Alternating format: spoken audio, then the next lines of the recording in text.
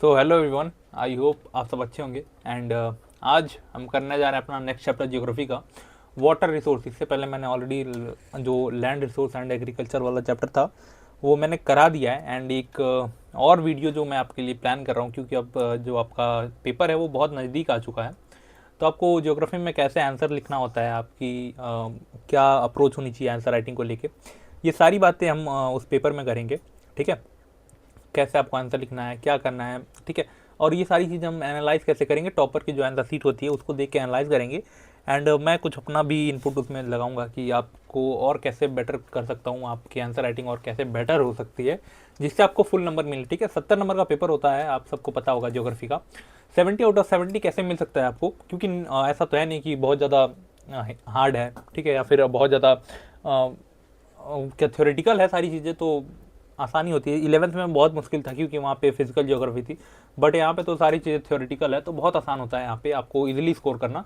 तो ये वीडियो 1-2 दिन में आ जाएगी, तो इसको जरूर देखना। एंड ये जो वीडियो है आज का वाटर रिसोर्स जो हमारा चैप्टर है, इसको हम पूरा बेसिक से कंप्लीट करने वाले हैं, तो कोई टेंशन की बात नहीं है। अगर आप पहली बार देख रहे हो तो आपका सारा खत्म हो जाएगा, सारा कवर हो जाएगा। एंड अगर आप रिवीजन के पर्सपेक्टिव से देख रहे हो तो भी आपका पूरा तैयार हो जाएगा। ठीक है, तो अगर मैं इस चैप्टर के इंट्रोडक्शन की बात करूं तो पूरा इंट्रोडक्शन में आपके दिया गया है कि इंडिया के बारे में ये पूरा चैप्टर है। ठीक है, ये जो पूरी बुक है, इनफैक्ट जो सेकंड बुक है वो पूरे इंडिया के बारे में है, मैंने कई बार रिपीट किया ये। तो वाटर रिसोर्स के कंटेक्स्ट में पहले इंट्रोडक्शन हम देख लेते हैं कि वाटर रिसोर्स होता क्या है। ठीक है, जैसे मान लो पूरा इंडिया, फॉर एग्जाम्पल पूरे वर्ल्ड में, ठीक है, इंडिया का एरिया कितना है, 2.45%। ठीक है, इंडिया का एरिया कितना है पूरे वर्ल्ड के कंटेक्स्ट में, 2.4%।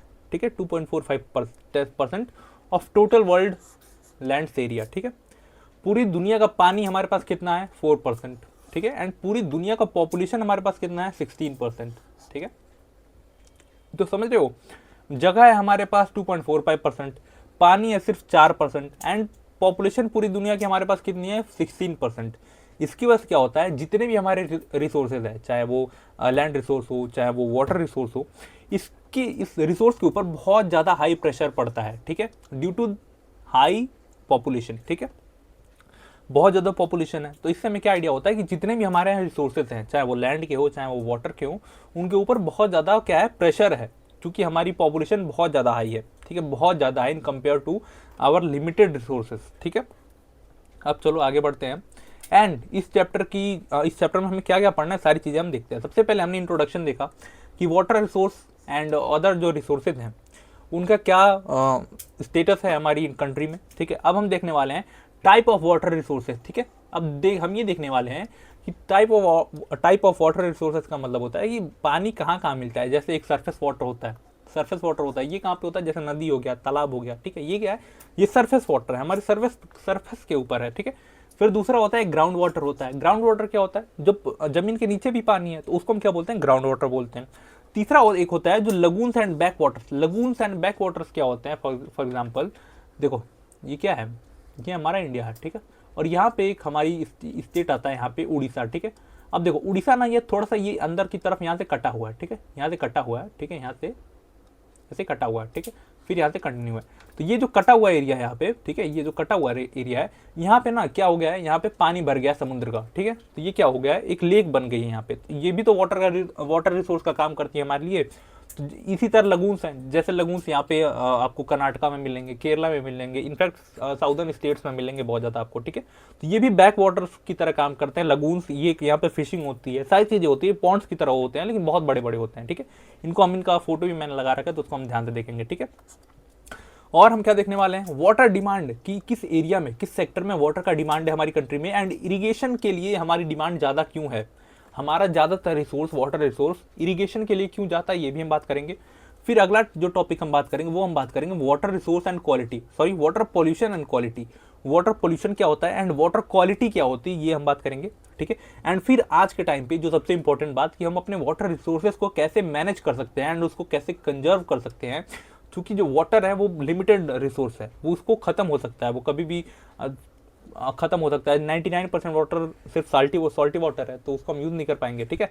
तो हम कैसे आज के टाइम पे जो हमारे पास लिमिटेड रिसोर्सेज है उसको हम कैसे उसका मैनेजमेंट करें, उसका कंजर्वेशन करें, उसके लिए क्या क्या होता है, जैसे आपने बचपन से पढ़ा होगा water harvesting, rain water harvesting, उसके बारे में हम थोड़ा सा देखेंगे, ठीक है, और कुछ और नई चीज़ें देखेंगे, ठीक है। तो सबसे पहले ये जो टॉपिक है ना, जो important type of water resources हैं, इनको हम देख लेते हैं एक एक करके, फिर आगे चल के हम धीरे धीरे अपने जो सारे टॉपिक है वो कवर करते रहेंगे, ठीक है। तो अगर मैं बात करूँ सरफेस वाटर की, तो इसका सोर्स क्या है, जैसे रिवर हो गया, लेक्स हो गया, टैंक्स हो गया, फॉरेस्ट हो गया, यहाँ पे जो पानी इकट्ठा होता है, जो नदियों में पानी होता है, वो किस कैटेगरी में आता है, वो आता है सरफेस वाटर रिसोर्सेज में, ठीक है। जैसे पूरे इंडिया में 10,360 से ज़्यादा रिवर्स हैं, ठीक है। जैसे फॉर एग्जांपल एक रिवर है, ये जैसे गंगा एक रिवर है, उसकी बहुत सारी ट्रिब्यूटरीज हैं, आपने 11th में पढ़ा होगा ड्रेनेज सिस्टम में। तो हमारी पूरी कंट्री में 10,360 से ज़्यादा ट्रिब्यूटरीज हैं, ठीक है। उनका total annual flow 1869 cubic kilometre है, ठीक है। अब ज़्यादा डेप्थ में नहीं जाना है, बस याद रखूँगा फैक्ट की तरफ कि 1869 क्यूबिक किलोमीटर उनका टोटल एनुअल फ्लो है उनका, ठीक है। इस टोटल एनुअल फ्लो का हम कितना यूटिलाइज कर पाते हैं, सिर्फ 32%, ठीक है। यानी 690 क्यूबिक किलोमीटर ही हम यूज कर पाते हैं, ठीक है। यूटिलाइजेबल वाटर सिर्फ हम इतना यूज कर सकते हैं, इससे ज्यादा हम यूज नहीं कर सकते, ठीक है। अब देखो कुछ इंपॉर्टेंट रिवर्स एंड उनके बेसिन की अगर हम बात करें, तो जैसे गंगा का जो बेसिन है, ब्रह्मपुत्र का जो बेसिन है, बराक का जो बेसिन है, ये पूरे सरफेस वाटर का 60% वाटर रिसोर्स का इन्हीं के पास है, ठीक है। फॉर एग्जाम्पल अगर हम बात करूँ, इसका मैप मैंने लगा रखा है, तो ये मैप देखो आप, ठीक है, ये एक मैप है।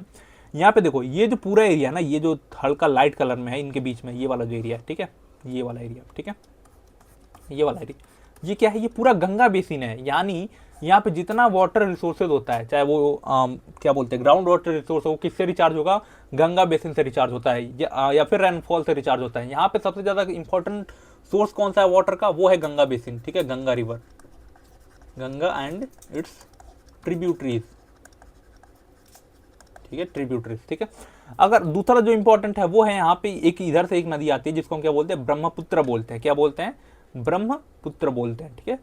तो ये जो रिवर है आप देखोगे, ये जो एरिया है पूरा, ये वाला, ठीक है, ये जो एरिया है पूरा, ठीक है, ये वाला, ये किसका बेसिन है, ये किसका बेसिन है, ये ब्रह्मपुत्र का है, ठीक है, ब्रह्मपुत्र का है। फिर इधर नीचे आप थोड़ा सा देखोगे, ये बराक रिवर का बेसिन है, बराक रिवर का बेसिन है। जो हमारे नॉर्थ ईस्ट कंट्री वो हैं स्टेट्स हैं, उनका जो लोअर पार्ट है, ठीक है, एकदम साउदर्न पार्ट, जैसे मणिपुर हो गया, ठीक है, एंड त्रिपुरा हो गया, मेघालय हो गया, ठीक है, ये सारी चीज़ों में यहाँ पे बराक रिवर का बेसिन है, ठीक है। तो ये जो 2-3 रिवर हैं, इनका पूरा मिलके हमारा वाटर रिसोर्स का कितना होता है, 60%, ठीक है, 60% यही कंट्रीब्यूट करती हैं अकेले हमारे सरफेस वाटर का, ठीक है। अब चलो हम आगे चलते हैं एंड अपना दूसरा देखते हैं। जो दूसरा है वो क्या है, वो है ग्राउंड वाटर। क्या है दूसरा, ग्राउंड वाटर है। एंड ग्राउंड वाटर कितना है, 432 क्यूबिक किलोमीटर, ठीक है। सबसे ज़्यादा ग्राउंड वाटर कहाँ पे यूटिलाइज किया जाता है, पंजाब में, हरियाणा में, राजस्थान में एंड तमिलनाडु में। अब यहाँ क्यों होता है ये बताओगे आप, ठीक है। यहाँ पे क्यों होता है, यहाँ पे इसलिए होता है क्योंकि पंजाब में, हरियाणा में, यहाँ पे बहुत ज़्यादा एग्रीकल्चर होता है, ठीक है। एंड एग्रीकल्चर के लिए इरिगेशन रिक्वायर्ड है, एंड इरिगेशन कहाँ से होती है, ग्राउंड वाटर से होती है, ठीक है। तो यहाँ पे सबसे ज़्यादा यूटिलाइजेशन होता है ग्राउंड वाटर का। जैसे पंजाब सबसे हाई पे है, हरियाणा, राजस्थान, फिर तमिलनाडु, ठीक है। अगर लोअर यूटिलाइजेशन की बात करें तो वो छत्तीसगढ़, उड़ीसा एंड केरला, यहाँ पे सबसे ज़्यादा कम यूटिलाइजेशन होता है ग्राउंड वाटर का, ठीक है। अब देखो कोस्टल रिसोर्सेज, यही जो है वो जो मैंने बात की थी ना अभी, यहाँ पे मैं दिखाता हूँ आपको। यहाँ पे आप देखोगे लगून्स एंड बैक वाटर्स, ये भी एक वाटर रिसोर्सेज की तरह ही है, ठीक है, वाटर रिसोर्स की तरह ही है। जैसे आपने देखा होगा ना कि क्या वो एक चेन्नई एक्सप्रेस में जहाँ पे वो पे बोट रेस होती है, ठीक है, बोट रेस होती है, तो वो कहाँ पे होती है, जो लगून्स होते हैं, जो बैक वाटर्स होते हैं, ठीक है, वो एक जगह होती है जहाँ पे आगे पानी इकट्ठा हो गया होता है, ठीक है। तो वही लगून्स होते हैं, बैक वाटर्स होते हैं, ठीक है, जहाँ पे ऐसे नदी वो बहती है, ठीक है, एक पोस्ट चलते हैं, ठीक है। अब देखो ये कहाँ पे ज़्यादातर मिलता है, केरला में मिलता है, उड़ीसा में मिलता है, ठीक है। वो वहाँ पे क्या इसका यूज़ क्या होता है, यहाँ पे फिशिंग बहुत अच्छी होती है, इरिगेशन के लिए बहुत रिक्वायरमेंट होती है इसकी, ठीक है, इरिगेशन में बहुत हेल्पफुल होता है ये। पैडी क्रॉप्स के लिए, इनफैक्ट पैडी क्रॉप्स के लिए बहुत ज़्यादा हेल्पफुल होते हैं, एंड कोकोनट के लिए, ठीक है, जो कोकोनट जहाँ पे प्रोडक्शन होता है उनके लिए ये बहुत फायदेमंद होते हैं, जो लगून्स एंड बैक वाटर्स है, ठीक है। समझ में आई बात। अब चलो आगे चलते हैं एंड अब हम देखने वाले हैं अपना अगला टॉपिक, वो है वाटर डिमांड एंड यूटिलाइजेशन, ठीक है, water demand and irrigation, sorry, water demand and irrigation, ठीक है। तो अब हम बात करने वाले हैं कि जो वाटर डिमांड है यानी जो इरिगेशन है, यानी जो वाटर डिमांड हमारा था वो इनिशियली किससे ज़्यादा, किस में हम अपना ज़्यादा वाटर का रिसोर्स का यूज़ करते हैं। तो सबसे ज़्यादा हम वाटर कहाँ पे यूज़ करते हैं, इरिगेशन के लिए यूज़ करते हैं, ठीक है। इरिगेशन में क्यों, क्योंकि जो हमारी इकोनॉमी रही है स्टार्टिंग से, हमारी जो इकोनॉमी रही है वो क्या रही है, एग्रेरियन इकोनॉमी रही है, ठीक है। हमारे यहाँ एग्रेरियन इकोनॉमी रही है एंड हम क्रॉप्स के प्रोडक्शन के लिए बहुत ज़्यादा जोर देते थे। इसको मैंने पूरा डिटेल में आपने पढ़ा होगा, ठीक है। ठीक है, तो अब देखो सबसे पहले ये बात कि हमारे जो वाटर का सबसे ज़्यादा चंक्स है वो कहाँ पे जाता है, वो इरिगेशन में जाता है। इरिगेशन में क्यों जाता है, क्योंकि हम अपने इकोनॉमी में एग्रीकल्चर को प्रायोरिटी देते हैं, ठीक है। दूसरा, हम क्या करते हैं, हम वाटर इंटेंसिव क्रॉप्स भी ग्रो करते हैं, जैसे राइस हो गया, जैसे शुगर केन हो गया, ऐसे क्रॉप्स ग्रो करते हैं जहाँ पे इरिगेशन की बहुत ज़्यादा रिक्वायरमेंट होती है, वाटर की बहुत ज़्यादा रिक्वायरमेंट होती है, ठीक है। अब देखो जब हमारा सबसे ज़्यादा वाटर का डिमांड है वो एग्रीकल्चर सेंटर से है, ठीक है, एग्रीकल्चर सेक्टर से है, तो हम क्या करेंगे, हम उसको रेगुलेट करने के लिए, ताकि हमारे एग्रीकल्चरल सेक्टर में पानी टाइम टू टाइम पहुंचता रहे, जितनी रिक्वायरमेंट है उतना पानी पहुंचता रहे, उसके लिए हमने बहुत सारे प्रोजेक्ट पे काम किया हुआ है। जैसे हीराकुंड डैम हमने बनाया है, दामोदर वैली कॉर्पोरेशन है, इंदिरा गांधी कैनाल, इसको हम डिटेल में आगे चल के पढ़ेंगे, ठीक है। तो ये ऐसे प्रोजेक्ट्स हैं जिनसे हम ये इंश्योर करते हैं कि जो भी डिमांड है वाटर की हमारे एग्रीकल्चरल सेक्टर में वो फुलफिल हो सके, क्योंकि हमारी सबसे ज़्यादा डिमांड वाटर की उसी सेक्टर में है, एग्रीकल्चरल सेक्टर में, ठीक है। समझ में आई बात। अब देखो, अब ऐसा क्यों है कि इरिगेशन में ही सबसे ज़्यादा वाटर आपको, इरिगेशन में ही सबसे ज़्यादा हमारा वाटर खर्च होता है, इसका मैंने ऑलरेडी बता दिया है, ठीक है। कि जैसे देखो वेरिएबिलिटी इन रेनफॉल, ठीक है, रेनफॉल का कोई वो नहीं है, क्योंकि मानसून कभी आएगा नहीं, कभी आएगा कभी नहीं आएगा, कभी बारिश ज़्यादा होगी कभी बारिश कम होगी, ठीक है। तो वेरिएबिलिटी है रेनफॉल में। दूसरा है ग्रीन रिवॉल्यूशन, जब हमारे यहाँ हुआ था, जब हम अभी कुछ चैप्टर पहले या एग्रीकल्चर वाले में हमने जब ग्रीन रिवॉल्यूशन पढ़ा था, तो हमने वहाँ पे देखा था कि हमने उस टाइम पे HYV सीड्स का यूज़ किया था, बहुत ज़्यादा फर्टिलाइजर मैन्योर्स का यूज़ किया था। एंड साथ में हमने ये भी बात की थी कि वहाँ पे उस टाइम पे हमने बहुत ज़्यादा वाटर का यूज़ किया था, इरिगेशन का यूज़ किया था, ठीक है। तो वो क्या है, वो ग्रीन रिवॉल्यूशन का जो आज के टाइम पे हम सफिशिएंट है कि अपनी जो नीड्स है उसको फुलफिल कर पाएँ, उसमें पानी का तो बहुत ज़्यादा रोल है, क्योंकि हमने जब ज़्यादा पानी यूज़ किया तो उससे क्या हुआ है, उससे हमारे पास फसलें ज़्यादा हुई हैं, ठीक है। तीसरा हम देखेंगे कि हम वाटर इंटेंसिव क्रॉप ग्रो करते हैं, ठीक है, वही सारी चीज़ें हैं, ठीक है। Specific region can not form without it, ठीक है, कुछ स्पेसिफिक रीजन है जहाँ पे बारिश बहुत कम होती है, वहाँ पे रिक्वायर्ड ही है कि वहाँ पे हमें इरिगेशन देना पड़ेगा, पानी का यूज़ करना पड़ेगा, ठीक है। तो बहुत सारी ऐसी चीज़ें हैं जिसकी वजह से हम ये कह सकते हैं कि जो हमारा डिमांड है, यानी जो वाटर का डिमांड है हमारे कंट्री में, सबसे ज़्यादा इरिगेशन सेक्टर में है, यानी एग्रीकल्चरल सेक्टर में है, ठीक है। हम मल्टीपल क्रॉपिंग प्रैक्टिस भी करते हैं, मतलब एक ही टाइम पे बहुत ज़्यादा क्रॉप्स उगाने की कोशिश करते हैं, ठीक है। ये सारी चीज़ें भी है, ठीक है। तो अब देखो 2 मिनट दे दो, ठीक है, मैं 2 मिनट में अपनी बात खत्म कर लेता हूँ, ठीक है। इंपॉर्टेंट बातें, जैसे अगर आप बोर्ड्स के लिए प्रिपेयर कर रहे हो तो ऑलरेडी देख रहे हो आप कि हम आपके लिए सारे लेक्चर्स ले आ रहे हैं, ठीक है, टाइम टू टाइम। अब देखो, अब आपका जैसे ही बोर्ड्स खत्म होंगे उसके बाद आपको CUET का एग्जामिनेशन देना पड़ेगा। एंड CUET, एक पर्टिकुलर बात करो तो जो CUET का एग्जामिनेशन है वो जो CBSE बोर्ड्स का एग्जामिनेशन दे रहे हो उससे बहुत अलग है, ठीक है, क्योंकि वो नेशनल लेवल एग्ज़ाम है, नेशनल लेवल की बॉडी कंडक्ट करती है उसको, ठीक है, बहुत सारे एग्ज़ाम कंडक्ट करती है वो। तो उसके लिए आपको प्रिपरेशन का एक अलग फंडा चाहिए होगा, ठीक है, आपको कैसे उसमें प्रिपेयर करना है, कैसे क्वेश्चंस आते हैं, उन सब में आपको हेल्प करेंगे। कोई भी कोर्स आपको लेने की जरूरत नहीं है या कुछ भी लेने की जरूरत नहीं है, सारी चीज़ें आपको यहीं इसी चैनल पर मिल जाएंगी, ठीक है। या फिर आगे चल के आपको कभी सिविल सर्विसेज का एग्ज़ाम देने का मन किया है कि सिलेबस क्या होता है भैया, आप कैसे प्रिपरेशन करते हैं, या फिर SSC का, ठीक है, तो इन दोनों इसके लिए तो मैं काम कर रहा हूँ, ठीक है। SSC के लिए, UPSC के लिए टाइम लगेगा, ठीक है। तो चलो, अब इसी के लिए सारी चीज़ें आपको एक जगह पे मिले, इसके लिए सिंपली आपको हमारे चैनल को सब्सक्राइब करके रखना है। अगर कोई भी डाउट है आपको, इंस्टाग्राम हमारा खुला हुआ है, DM कर सकते हो, या फिर सिंपली इसी वीडियो को कमेंट में कमेंट कर दो, कोई दिक्कत नहीं है, ठीक है। या और most important, Telegram channel join कर लो। क्यों? क्योंकि वहाँ पे जैसे ही ये चैप्टर खत्म होते हैं वहाँ पे क्विज़ स्टार्ट रहते हैं, ठीक है। क्विज़ बहुत सारे मैंने डाल रखे हैं ऑलरेडी वहाँ पे, अब जाके एक बार उसको चेकआउट कर सकते हो, ठीक है। तो हमने अभी तक क्या देखा, हमने ये तीनों टॉपिक देख लिए हैं। क्या इंट्रोडक्शन हमने देखा, ठीक है, जिसमें हमने बात की थी कि पूरे दुनिया का जो पॉपुलेशन है 16% हम अकेले लेके बैठे हैं, तो उसकी वजह से जो हमारे रिसोर्सेज हैं उसके ऊपर हम बहुत ज़्यादा प्रेशर डालते हैं। फिर हमने टाइप ऑफ वाटर रिसोर्सेज की बात की कि कितने तरीके से, कितने तरह के होते हैं वाटर रिसोर्सेज। हमने बात की सरफेस वाटर की, जिसमें हमने रिवर्स के बारे में देखा, जो 10,360 रिवर्स के बारे में हमने देखा। फिर हमने बात की ग्राउंड वाटर की, हमने देखा ग्राउंड वाटर कितना है एंड सबसे ज़्यादा यूटिलाइजेशन ग्राउंड वाटर कहाँ होता है, ठीक। फिर हमने बैक वाटर्स एंड लगून्स के बारे में देखा, ठीक है। फिर हमने देखा कि जो हमारा वाटर है, ठीक है, जो हमारा कंट्री का वाटर रिसोर्सेज हैं, वो उसकी सबसे ज़्यादा डिमांड इरिगेशन में क्यों होती है, क्यों हम अपना सबसे ज़्यादा पानी इरिगेशन में यूज़ करते हैं, ठीक है, ये हमने बात की। फिर हमने इसको अच्छे से डिटेल में समझा कि इरिगेशन जो है एक हमारी इकॉनमी एग्रीकल्चरल इकॉनमी रही है स्टार्टिंग से, एंड एग्रीकल्चर में पानी का बहुत ज़्यादा डिमांड आता है। दूसरी बात की हम वाटर इंटेंसिव क्रॉप्स ग्रो करते हैं, एंड उसी के लिए हमने बहुत सारे मल्टीपल प्रोजेक्ट्स पे काम किया है, ठीक है। हीराकुंड हो गया, दामोदर वैली हो गया, इंदिरा गांधी कैनाल हो गया, ताकि जो हमारा डिमांड है इरिगेशनल एग्रीकल्चरल सेक्टर में वो हम उसको कम्प्लीटली फुलफिल कर पाएँ, ठीक है। अब आगे चलते हैं, हम देखते हैं वाटर पॉल्यूशन क्या होता है एंड वाटर क्वालिटी क्या होता है, ठीक है। ये दोनों इंपॉर्टेंट टॉपिक हैं। एंड एक मिनट रुक जाओ, ठीक है, नहीं है, चलो ठीक है। अब हम देखने वाले हैं वाटर पोल्यूशन एंड क्वालिटी क्या होती है, ठीक है। तो अगर हम बात करें वाटर पोल्यूशन क्या क्या होता है, ठीक है, वाटर पोल्यूशन, ठीक है, सबसे पहले हम देखते हैं कि वाटर क्वालिटी क्या होती है। सबसे पहले इसका डेफिनेशन आप समझो। वाटर क्वालिटी का मतलब होता है refer to the purity of water free from unwanted foreign substance pollutant degrade water quality and make it unfit for human use, ठीक है।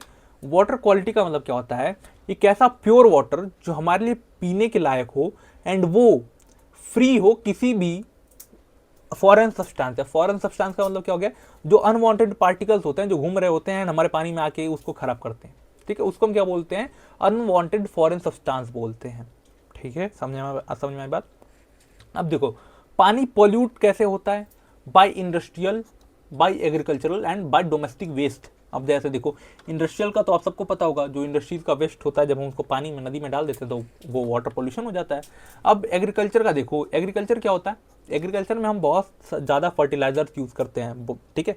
फर्टिलाइजर्स में बहुत ज़्यादा केमिकल होते हैं एंड जब उसको हम खेतों में डालते हैं तो क्या वो जो फर्टिलाइजर है वो पिघलता होगा, ठीक है। पिघल के कहाँ जाएगा, वो हवा में तो उड़ेगा नहीं, पिघल के कहाँ जाता है, वो हमारे ग्राउंड में जाता है। एंड ग्राउंड में भी हमने याद करो, हमने पढ़ा है कि ग्राउंड के अंदर भी पानी होता है जिसको हम ग्राउंड वाटर बोलते हैं। तो वो क्या करेगा, वो हमारे जो ग्राउंड वाटर है उसको खराब करेगा, उसको पोल्यूट करेगा। एंड कुछ डोमेस्टिक वेस्ट, ठीक है, डोमेस्टिक वेस्ट जैसे आप पूजा पाठ करते हो, ठीक है, पूजा पाठ करते हो, उसमें जो फूल आता है, जो माला आता है, चलो फूल माला तो ठीक है, उसमें कुछ जो प्लास्टिक होते हैं या फिर घर का जो कचरा होता है, कभी कभी आप पानी में फेंक देते हो, तो उससे क्या होता है, वो डोमेस्टिक वेस्ट होता है एंड वो वाटर को जो पोल्यूट करता है वो, ठीक है। अब वाटर पोल्यूशन का इम्पैक्ट क्या होता है, इफेक्ट क्या है, ये इसका सबसे ज़्यादा सबसे गंदा इफेक्ट होता है, वो होता है एक्वेटिक एनिमल्स पे, ठीक है, एक्वेटिक लाइफ पे, जो हमारे पानी में रहने वाले जानवर हैं उनके ऊपर इसका बहुत ज़्यादा वो होता है, ठीक है, बहुत ज़्यादा उनके ऊपर दिक्कत करता है ये, ठीक है।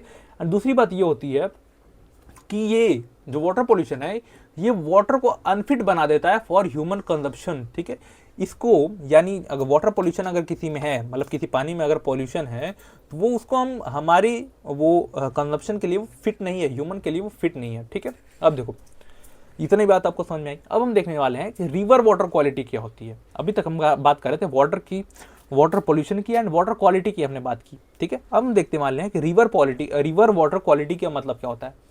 देखो major rivers have better quality in less densely populated hilly areas, ठीक है। अब इसका मतलब क्या हुआ, रिवर यहाँ से स्टार्ट हुई है, यहाँ पे हिमालय थे, ठीक है, हिमालय से स्टार्ट हुई है, जब वो स्टार्ट होती है, ठीक है, जहाँ पे पॉपुलेशन बहुत कम है, जैसे हिली रीजन्स हो गए, वहाँ पे पानी बहुत साफ रहता है। आप कभी हरिद्वार जाओगे, ठीक है, कभी ऋषिकेश जाओगे, वहाँ पे देखोगे आप पानी बहुत ज़्यादा साफ होता है गंगा का सॉरी। जैसे जैसे आप प्लेन्स में आते जाओगे, जैसे जैसे पॉपुलेशन बढ़ती जाएगी, ठीक है, हमने क्या देखा है, पॉपुलेशन क्या होता है, हिल्स से प्लेन्स की तरफ बढ़ती आती है, ठीक है। हिल्स में अगर पॉपुलेशन कम है तो पानी साफ है, जैसे जैसे पानी नीचे आएगा, जैसे जैसे पानी प्लेन्स में आएगा वैसे वैसे पॉपुलेशन बढ़ेगी एंड पॉपुलेशन के बढ़ते ही वाटर में क्या होगा, पोल्यूशन बहुत ज़्यादा होने लगेगा। दिल्ली आते आते यमुना का हाल खराब हो जाता है, कानपुर जाते जाते वो गायब भी होने लगती है, बद से बदतर होती है, वो नाला बनती है, ठीक है। अगर हम बात करें इन प्लेन्स, ठीक है, in plains water is intensively used and drained carrying fertiliser, solid waste and industrial chemicals join the rivers, ठीक है। अभी हमने देखा कि रिवर्स आराम से जब निकलती हैं उस पर्वतों से, ठीक है, पहाड़ों से, तो बहुत आराम से आती हैं, वहाँ पे कोई दिक्कत नहीं होती क्योंकि पॉपुलेशन ही नहीं है वहाँ पे, ना कोई फैक्ट्री है ना कुछ है, तो बहुत आराम से अच्छे से फ्रेश होके पानी नीचे आता है, ठीक है। अब देखो जैसे ही प्लेन्स में आता है यहाँ पे बहुत सारा क्या है, इंडस्ट्रियल वेस्ट उसमें मिल जाता है, ठीक है, सॉलिड वेस्ट, फर्टिलाइजर, बहुत सारी चीज़ें यहाँ पे मिलती है, तो इसकी वजह से क्या होगा, यहाँ पे पॉपुलेशन, यहाँ पे जो पॉल्यूशन है बहुत ज़्यादा हाई हो जाता है, ठीक है। The concentration of pollutant in higher in summer due to water low water flow. अब देखो समर के टाइम पे पानी में पॉल्यूटेंट बढ़ जाते हैं, ऐसा क्यों होता है, ऐसा क्यों होता है समझो आप। समर के टाइम पे क्या होता है, जो नदियां हैं वो सूख जाती हैं, बहुत ज़्यादा गर्मी पड़ती है, नदियां सूख जाती हैं। इसकी वजह से क्या होता है, जो पोल्यूटेंट रहता है, जो नालों का पानी, जो इंडस्ट्रियल वेस्ट उसमें आके मिल रहा है, वो क्या करेगा, वहीं पे रह जाएगा, बहेगा नहीं, क्योंकि पानी नहीं है बहने के लिए। तो वो क्या करता है, वो पानी को बहुत ज़्यादा वेस्ट बना देता है, ठीक है, बहुत ज़्यादा पोल्यूट कर देता है, ठीक है। वहीं अगर हम बात करें रैनी सीजन की, यानी अगस्त से लेके नवंबर दिसंबर तक, जब तक बारिश होती है ठीक ठाक, तब तक क्या होता है, बारिश की वजह से क्या होता है, बाढ़ आई रहती है नदियों में, ठीक है। बाढ़ क्या होता है, जब बाढ़ आती है तो पानी क्या करता है, बहता है, पानी रुकता नहीं है कहीं भी, तो उससे क्या होता है, जो पॉल्यूटेंट हैं वो टाइम टू टाइम बहते रहते हैं, ठीक है, टाइम टू टाइम क्या कहते हैं, बहते रहते हैं, उसकी वजह से वहाँ पे कोई भी पॉल्यूशन नहीं होता, ठीक है। अगर हम बात करें तो पोल्यूटेड रिवर की, तो Yamuna is the highest highly polluted river in Delhi, ठीक है। यमुना जो है, आई थिंक ये हो सकता है कि ये पूरी इंडिया की सबसे पोल्यूटेड रिवर हो। Other polluted reverse include Ganga, Ganga जो कानपुर में सबसे ज़्यादा पोल्यूटेड है, साबरमती, ठीक है, साबरमती पोल्यूटेड है कि नहीं, आई थिंक एनसीईआरटी में दिया है तो होगा, बट साबरमती रिवर फ्रंट बना हुआ है, ठीक है, तो कोई दिक्कत नहीं। आगे चलते हैं, हम आगे बढ़ते हैं अपना, एंड अब देखते हैं प्रिवेंशन ऑफ। देखो यहाँ पे हमने क्या देखा, हमने ये सारी चीज़ें देख ली है। अब हम देखने वाले हैं मैनेजमेंट एंड कंजर्वेशन, ठीक है, मैनेजमेंट एंड कंजर्वेशन, सॉरी, ठीक है। अब देखो हम क्या करते हैं, हम वाटर को कैसे पोल्यूट होने से बचा सकते हैं, ठीक है, कैसे पोल्यूट होने से बचा सकते हैं, इसके लिए हम मेनली 3 काम करते हैं। पहला लेजिस्लेटिव मेजर्स, ठीक है, लेजिस्लेटिव मेजर्स, दूसरा मॉनिटरिंग, एंड तीसरा मेथड्स, ठीक है। अब देखो लेजिस्लेटिव मेथड का मतलब क्या होता है, हम ऐसे लॉ बनाएं, हम ऐसे एक्ट्स बनाएं जिससे हम क्या करें, वाटर पोल्यूशन को कंट्रोल कर पाएं। जैसे कई सारे एक्ट बने, जैसे उसमें से एक है water act 1974, environmental protection act 1986, ठीक है। ऐसे जो एक्ट हैं वो क्या करते हैं, वो वाटर पोल्यूशन को बहुत ज़्यादा कंट्रोल करते हैं, ठीक है। जैसे कुछ ऐसे एक्ट हैं जो हमारे इंडस्ट्रियल वेस्ट है उसको पानी में मिलने से पहले उसको छान के उसमें डाला जाएगा पानी में, ऐसे भी एक्ट हैं ये जो बताते हैं। बट क्या ऐसा होता है, फील्ड में ऐसा नहीं होता, ठीक है, वही होता है कथनी करने वाला फर्क, ठीक है। दूसरा, कुछ मॉनिटरिंग हम करते हैं, ठीक है, कुछ मॉनिटरिंग भी करते हैं। जैसे फॉर एग्जांपल पूरे एक सेंट्रल लेवल पे, यानी इंडियन गवर्नमेंट का एक बोर्ड है, ठीक है, क्या बोलते हैं उसको, central pollution control board, CPCB. ये क्या करता है, ये टाइम टू टाइम क्या करता है, मॉनिटर करता है वाटर क्वालिटी को, क्या करता है, मॉनिटर करता है वाटर क्वालिटी को। यही एयर क्वालिटी को भी मॉनिटर करता है कि एयर में कितना पॉल्यूशन है, ठीक है, सेंट्रल पॉल्यूशन कंट्रोल बोर्ड। ऐसे ही हर स्टेट का अलग अलग पॉल्यूशन कंट्रोल बोर्ड होता है। जैसे state pollution control board, UP pollution control board, सबका स्टेट का क्या होगा, अलग अलग पॉल्यूशन कंट्रोल बोर्ड होता है, ठीक है। जो उस स्टेट में बहने वाली नदियों का या फिर उस स्टेट की हवाओं का क्या करते हैं, हमेशा क्वालिटी चेक करते रहते हैं कि पॉल्यूशन हुआ है या नहीं हुआ है, ठीक है। इससे हमें क्या मिलता है, एक रेगुलर इंसाइट मिलती रहती है कि पॉल्यूशन कितना है, ठीक है, एंड उसी हिसाब से हम अपना लॉ बनाएंगे एंड और सारे मेथड यूज करेंगे, ठीक है। मेथड की बात करें तो recycle and reuse and recycle. इसमें हम और 2 मेथड की बात करते हैं। पहला है वाटर शेड मैनेजमेंट एंड दूसरा है हमारा फेवरेट, ठीक है, जो हम बचपन से पढ़ते आ रहे हैं एंड उसका हमने बहुत सारे मॉडल बनाए हैं, वो क्या है, रेन वाटर हार्वेस्टिंग, ठीक है, समझ बात। अब इन दोनों को थोड़ा सा डिटेल में देखते हैं। सबसे पहले हम बात करते हैं वाटर शेड मैनेजमेंट की, ठीक है। क्या होता है वाटर शेड मैनेजमेंट, इसका क्या मतलब होता है, effective conservation of surface and ground water, ठीक है। जब हम surface water, water shade management एक ऐसा वो है, ठीक है, एक तरीका है जिससे हम सरफेस और ग्राउंड वाटर को कंजर्व कर सकते हैं, बचा सकते हैं, ठीक है, उसको पोल्यूट होने से बचा सकते हैं। उसको हम और ज़्यादा, चूँकि जो पानी है वो लिमिटेड रिसोर्स है, तो उसको हम और ज़्यादा कंजर्व करके रख सकते हैं, ठीक है। अब देखो इसमें क्या होता है की स्ट्रेटेजी इसमें फॉर एग्जांपल ऐसा होता है कि एक ना जैसे गड्ढा वड्ढा हम प्रॉपर खन देते हैं, गड्ढा वड्ढा करते हैं। इसमें क्या होता है, इसमें जब पानी बारिश का पानी आता है या कहीं से भी पानी आएगा, उसमें क्या होगा, उस गड्ढे में पानी इकट्ठा होगा, ठीक है। जब पानी इकट्ठा होगा उसमें, तो इससे क्या होगा, कुछ जो ग्राउंड वाटर होगा उससे रिचार्ज हो जाएगा, एंड वहाँ के जो और भी सारे जानवर हैं वो उसमें से पानी पी पाएंगे, ठीक है। स्टोरेज एंड रिचार्ज करते हैं सिंपली। इसके बहुत सारे एग्जांपल हैं, यहाँ से क्वेश्चन आने के बहुत ज़्यादा चांसेस होते हैं। यहाँ पे आप स्टार मार्क करके रखो, ठीक है। क्या करो, स्टार मार्क करके रखो यहाँ पे, ठीक है। इसमें से सबसे पहला है एक, वो है हरियाली, ठीक है। हरियाली क्या है, एक सेंट्रल गवर्नमेंट का वाटरशेड मैनेजमेंट प्रोग्राम है। क्या है, सेंट्रल गवर्नमेंट का एक वाटरशेड मैनेजमेंट प्रोग्राम है, ठीक है, जिसमें हम रूरल गवर्नमेंट को सॉरी बोल रहा हूँ, रूरल जो लोग हैं, ठीक है, वहां पे गांवों के लेवल पे हम क्या करते हैं, लोगों को बताती है हमारी गवर्नमेंट को हम कि हमें कैसे वाटर शेड मैनेजमेंट करना है, हमें अपनी पानी का फुल यूटिलाइजेशन कैसे करना है, एंड उसके वेस्ट को कैसे बचाना है, ठीक है।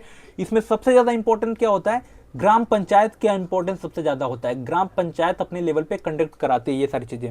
एंड सबसे इंपॉर्टेंट बात, वाटर शेड मैनेजमेंट के लिए सबसे ज्यादा इंपॉर्टेंट चीजें क्या चीज होती है, सबसे ज्यादा इंपॉर्टेंट होती है कम्युनिटी पार्टिसिपेशन, ठीक है, कि सब लोग बढ़ चढ़ के इसमें जितने लोग पार्टिसिपेट करेंगे उतना ही हम क्या कर सकते हैं, अपने वाटर शेड मैनेजमेंट को और ज्यादा अच्छा कर सकते हैं, ठीक है। समझ में आई बात।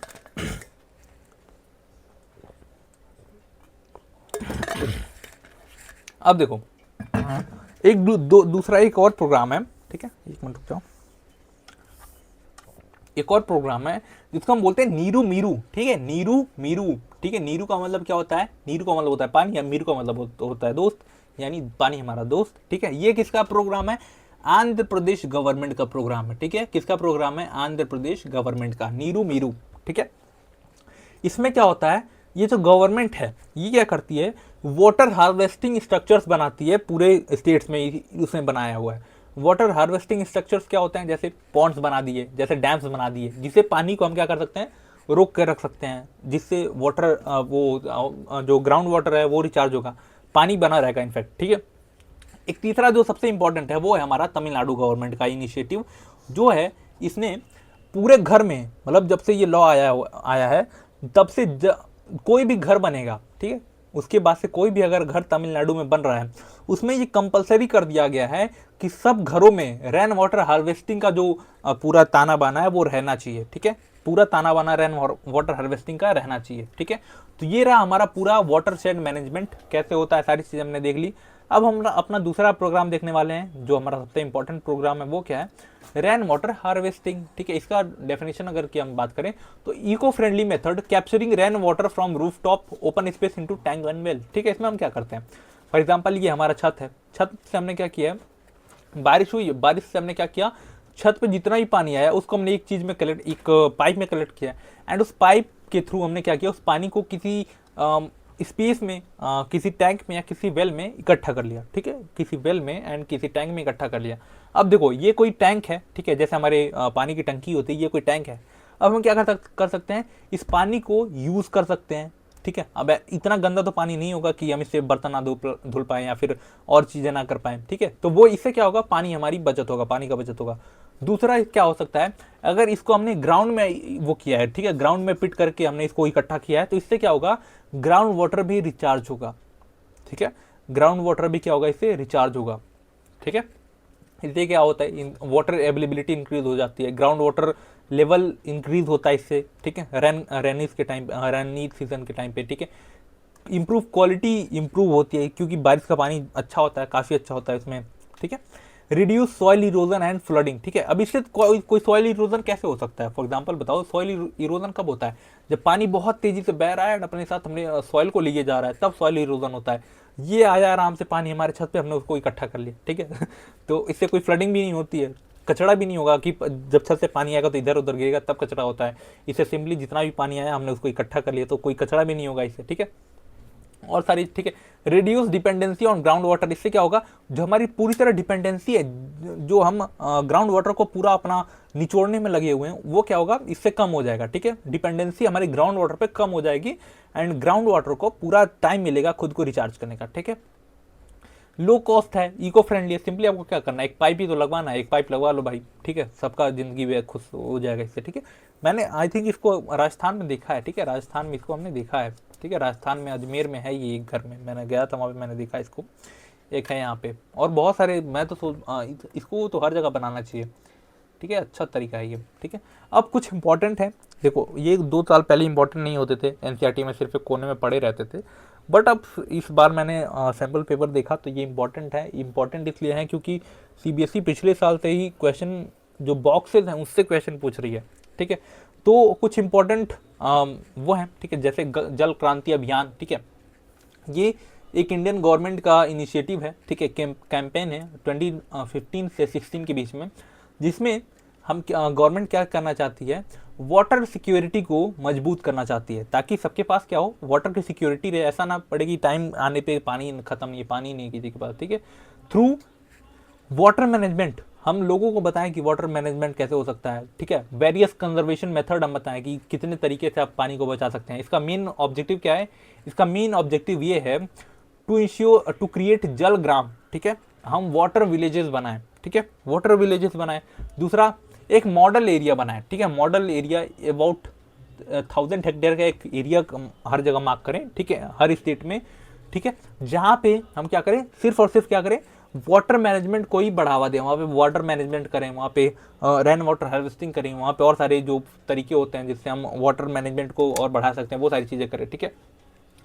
तीसरा, इसका मेन ऑब्जेक्टिव है कि हम वाटर पोल्यूशन को कैसे कंट्रोल कर सकते हैं, ठीक है। चौथा एक तरीका है कि हम अवेयरनेस को कैसे बढ़ाएं, लोगों में अवेयरनेस नहीं है, क्या बोलते हैं, पानी खुला रहता है, टंकी का गिरता रहता है, बट कोई बंद नहीं करता है, ठीक है न, क्या बोलते हैं लोग, बहुत सारा पानी गाड़ी धुलने में वेस्ट कर देते हैं, ठीक है। तो पूरा बरसात भर पानी इकट्ठा करो भाई एक तरह उसमें, ठीक है, पूरा बरसात एक गड्ढा खनवा लो, उसको पानी इकट्ठा करो एंड फिर पूरा साल उससे धुलते रहो गाड़ी अपनी, ठीक है, पानी बचेगा उससे भाई, कोई दिक्कत नहीं है, ठीक है। एंड नीचे कोशिश करना, उससे तो कुछ भी हो सकता है, पानी वानी धुल सकते हो आप गाड़ी, कोई दिक्कत नहीं है, ठीक है। और एक और है वाटर नेशनल वाटर पॉलिसी, ठीक है, तो इसको आप सिर्फ पढ़ के छोड़ देना, कोई दिक्कत नहीं है, ठीक है। तो ये जो इंपॉर्टेंट है जल क्रांति अभियान, इसको मैंने बता दिया है। एंड कुछ मैंने देखा अभी कुछ नई एनसीईआरटी में कुछ और टॉपिक ऐड हुए हैं सर, पिछले साल में या इस साल ऐड हुए हैं, उसमें कुछ और नए ये जो इस कैंपेन्स हैं गवर्नमेंट के, ये सारे इंक्लूड किए गए हैं। तो मैं क्या करता हूँ, अगर सीबीएसई से क्वेश्चन पूछती है तो मैं क्या करता हूँ, जो गेस्ट पेपर ले आने वाला हूँ, ठीक है, उसमें उसको इंक्लूड कर दूंगा, ठीक है, ताकि वहाँ से आपका प्रैक्टिस हो जाए, ऐसा ना लगे कि आपको पहली बार उसको वैसे क्वेश्चन देख रहे हो। तो वो सारी चीज़ें मैं कर दूंगा, कोई इशू नहीं है। एंड चलो ठीक है, अब ख़त्म होता है ये चैप्टर, यहीं पे ख़त्म होता है। And I hope you like this video. If you like this video, do subscribe our channel. Till then keep learning, keep growing, stay connected, God bless you all and जय हिंद।